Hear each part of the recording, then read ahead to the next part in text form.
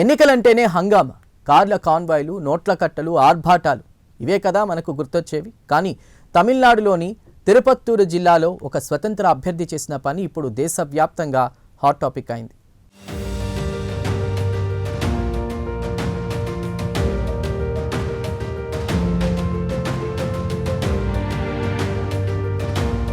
తమిళనాడులోని తిరుపత్తూరు జిల్లా జోలార్పేట్ నియోజకవర్గంలో నామినేషన్ల పర్వం జరుగుతోంది.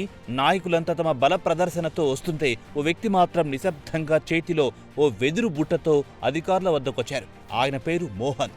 అందరూ ఆసక్తిగా చూస్తుండగా ఆయన బుట్టను అధికారుల ముందు పెట్టారు. అందులో ఏముందని చూసిన అధికారులు, అక్కడున్న వారంతా ఒక్కసారిగా ఆశ్చర్యపోయారు. ఆ బుట్ట నిండా వేల కొద్దీ చిల్లర నాణాలున్నాయి.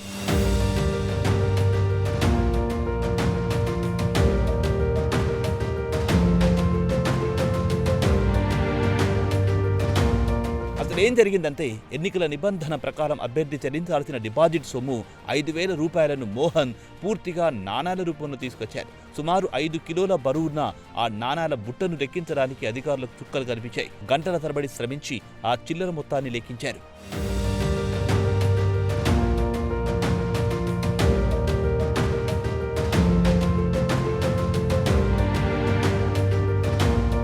అయితే మోహన్ ఎందుకిలా చేశారు? ఇది కేవలం ప్రచారం కోసం వేసిన ఎత్తుగడ కాదు. ఇదొక నిరసన, ఇదొక ఆవేదన. నోట్ల కట్టలతో రాజకీయాన్ని శాసించే వారికి వ్యతిరేకంగా సామాన్యుడి గొంతుకుని వినిపించే ప్రయత్నం. ఓ సామాన్యుడు ఎన్నికల్లో పోటీ చేయాలంటే రూపాయి ఎలా పోగు చేసుకోవాలో చెప్పడమే ఆయన ఉద్దేశం.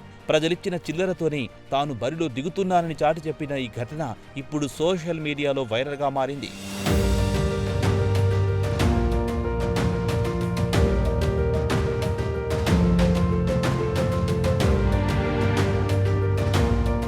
కేవలం ఓ సంఘటన కాదు, డబ్బున్న వారికే కాదు, ప్రజాస్వామ్యం సామాన్యుడిది కూడా నిరూపించిన ఓ వినూత్న నిరసన.